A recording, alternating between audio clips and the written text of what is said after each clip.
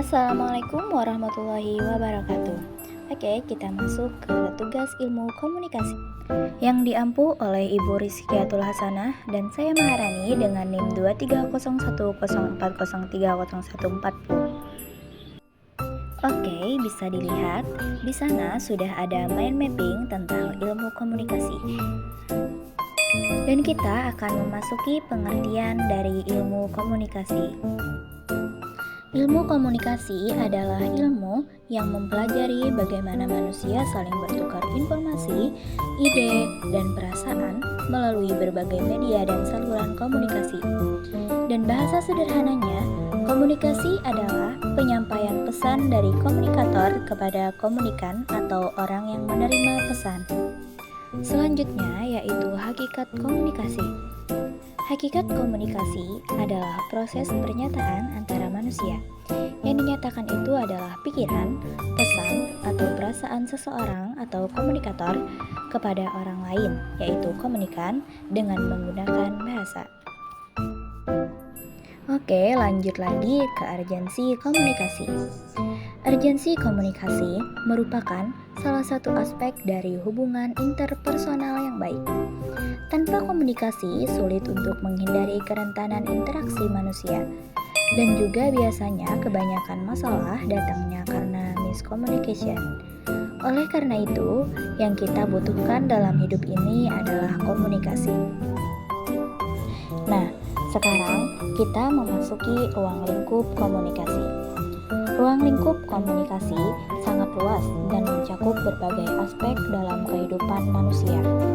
Ruang lingkup komunikasi lebih mencakup pada cakupan atau batasan dari proses komunikasi itu sendiri, seperti lingkup komunikasi dalam keluarga, lingkup dalam komunikasi masyarakat, dan sebagainya. Next, yaitu relasi ilmu komunikasi dengan ilmu dakwah. Relasi ilmu komunikasi dan ilmu dakwah saling terkait karena komunikasi adalah elemen kunci dalam menyampaikan pesan dakwah. Ilmu dakwah mempelajari tentang penyampaian pesan-pesan keagamaan yang sangat bergantung pada prinsip-prinsip komunikasi. Seorang dai harus menguasai teknik-teknik komunikasi yang efektif agar pesan-pesan dakwahnya dapat tersampaikan dengan baik dan dapat diterima oleh mad'u atau objek dakwah. Nah, mari kita masuk ke proses komunikasi. Proses komunikasi yaitu ketika komunikator melakukan encoding lalu menyampaikannya lewat media atau saluran dan lalu pesan tersebut sampai kepada komunikan. Dan komunikan melakukan decoding dan jika si komunikan telah memahami pesan tersebut, maka jawaban dari komunikan kepada komunikator tersebut dinamakan feedback. Nah, di sini saya coba berikan contoh. Ketika si A berbicara kepada B dan mengajaknya ke 21. Lalu si B berpikir, apa 21?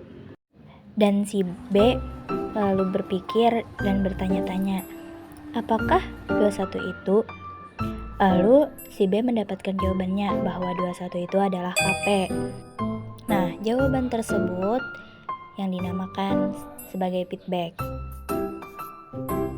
Next, saya akan memberitahukan sebagian sejarah dan perkembangan komunikasi. Sejarah dan perkembangan komunikasi dapat ditelusuri sejak zaman prasejarah hingga era digital saat ini. Nah, berikut ringkasan singkat mengenai sejarah dan perkembangan komunikasi. Pada zaman prasejarah, komunikasi awal manusia menggunakan bahasa isyarat, gambar, dan suara. Dan manusia purba menggunakan goresan dinding gua untuk menyampaikan pesan. Berikutnya pada zaman kuno, perkembangan tulisan seperti hieroglif di Mesir, aksara di Mesopotamia, dan aksara di Cina, dan penggunaan media komunikasi seperti papirus, batu, dan logam. Berikutnya pada abad pertengahan, perkembangan sistem komunikasi melalui surat, kurir, dan sistem pos, munculnya percetakan dan penyebaran informasi melalui buku. Berikutnya, pada revolusi industri, penemuan telegraf, telepon, dan radio sebagai media komunikasi jarak jauh, perkembangan surat kabar, majalah, dan film sebagai media massa. Pada abad ke-20, perkembangan televisi, komputer, dan internet sebagai media komunikasi modern, munculnya media sosial dan komunikasi digital. Berikutnya, pada era digital, perkembangan teknologi komunikasi digital seperti smartphone, media sosial, dan aplikasi pesan instan. Komunikasi menjadi semakin cepat, interaktif, dan terhubung secara global. Sejarah perkembangan komunikasi menunjukkan bahwa manusia terus berupaya menemukan dan mengembangkan cara-cara baru untuk menyampaikan informasi, ide, dan pesan. Setiap era membawa perkembangan teknologi komunikasi yang semakin canggih, memudahkan dan mempercepat proses pertukaran informasi di seluruh dunia. Next, kita ke prinsip komunikasi umum maupun prinsip komunikasi Islami. Prinsip-prinsip komunikasi umum yaitu 1. Kejelasan atau clarity. Kejelasan atau clarity yaitu pesan yang disampaikan harus jelas, tidak ambigu, dan mudah dipahami oleh penerima. 2. Ketepatan atau accuracy yaitu informasi yang disampaikan harus akurat dan sesuai dengan fakta. 3. Konteks yaitu pesan harus disesuaikan dengan situasi dan kondisi saat komunikasi berlangsung. 4. Kelengkapan yaitu pesan harus mencakup semua informasi yang dibutuhkan oleh penerima. 5. Keringkasan yaitu pesan disampaikan dengan singkat, padat, dan langsung pada pokok permasalahan. 6. Empati yaitu komunikator harus memahami dan mempertimbangkan perspektif penerima pesan. Dan yang terakhir, umpan balik atau feedback, yaitu komunikasi harus bersifat dua arah sehingga ada umpan balik dari penerima pesan. Selanjutnya, prinsip-prinsip komunikasi Islami. 1. Qaulan sadida atau perkataan yang benar, yaitu menyampaikan kebenaran dengan jujur dan tidak menyembunyikan fakta. 2. Qaulan baligho atau perkataan yang efektif, yaitu menyampaikan pesan dengan bahasa yang mudah dipahami dan menyentuh hati. 3. Qaulan ma'rufa atau perkataan yang baik, yaitu menggunakan kata-kata yang sopan, santun, dan tidak menyakiti. 4. Qaulan karima atau perkataan yang mulia, yaitu berbicara dengan hormat, rendah hati, dan penuh kasih sayang. 5. Qaulan layyina atau perkataan yang lembut, yaitu menyampaikan pesan dengan tutur kata yang lembut dan tidak menyinggung. Dan yang terakhir, qaulan maisura atau perkataan yang mudah, yaitu berbicara dengan bahasa yang sederhana dan mudah dimengerti. Next, kita beralih ke model-model komunikasi. Di sini saya menuliskan model-model komunikasi ada 13, yaitu 1. Model stimulus respon. Model ini merupakan model yang paling dasar dalam ilmu komunikasi. 2. Model Aristoteles. Model ini merupakan model yang paling klasik dalam ilmu komunikasi. 3. Model Laswell.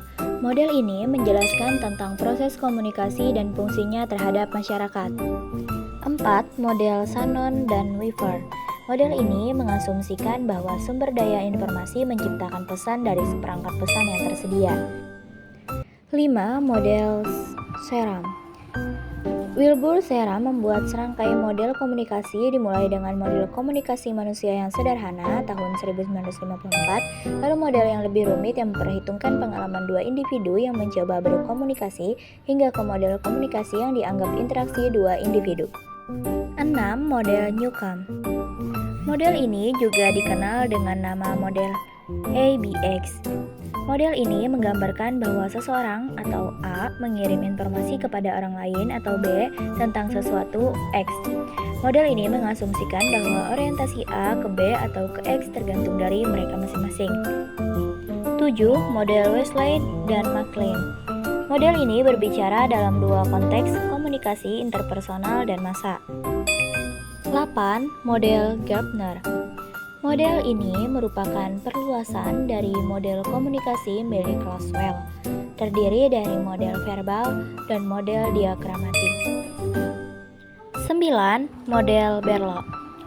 Model ini hanya memperlihatkan proses komunikasi satu arah dan hanya terdiri dari 4 komponen, yaitu sumber, pesan, saluran, dan penerima.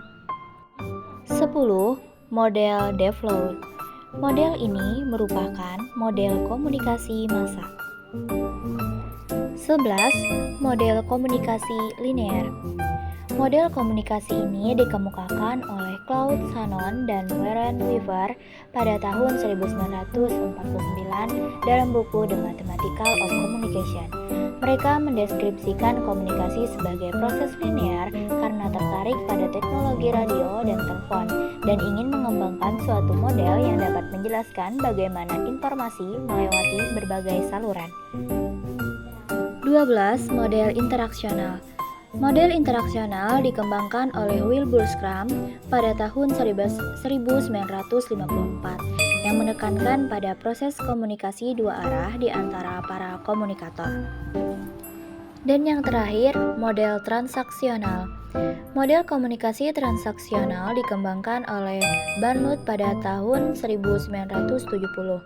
Model ini menggarisbawahi pengiriman dan penerimaan pesan yang berlangsung secara terus-menerus dalam sebuah episode komunikasi. Nah, kita sudah mencapai pembahasan yang terakhir, yaitu jenis, bidang, dan konteks komunikasi. Pertama, kita bahas jenis komunikasi.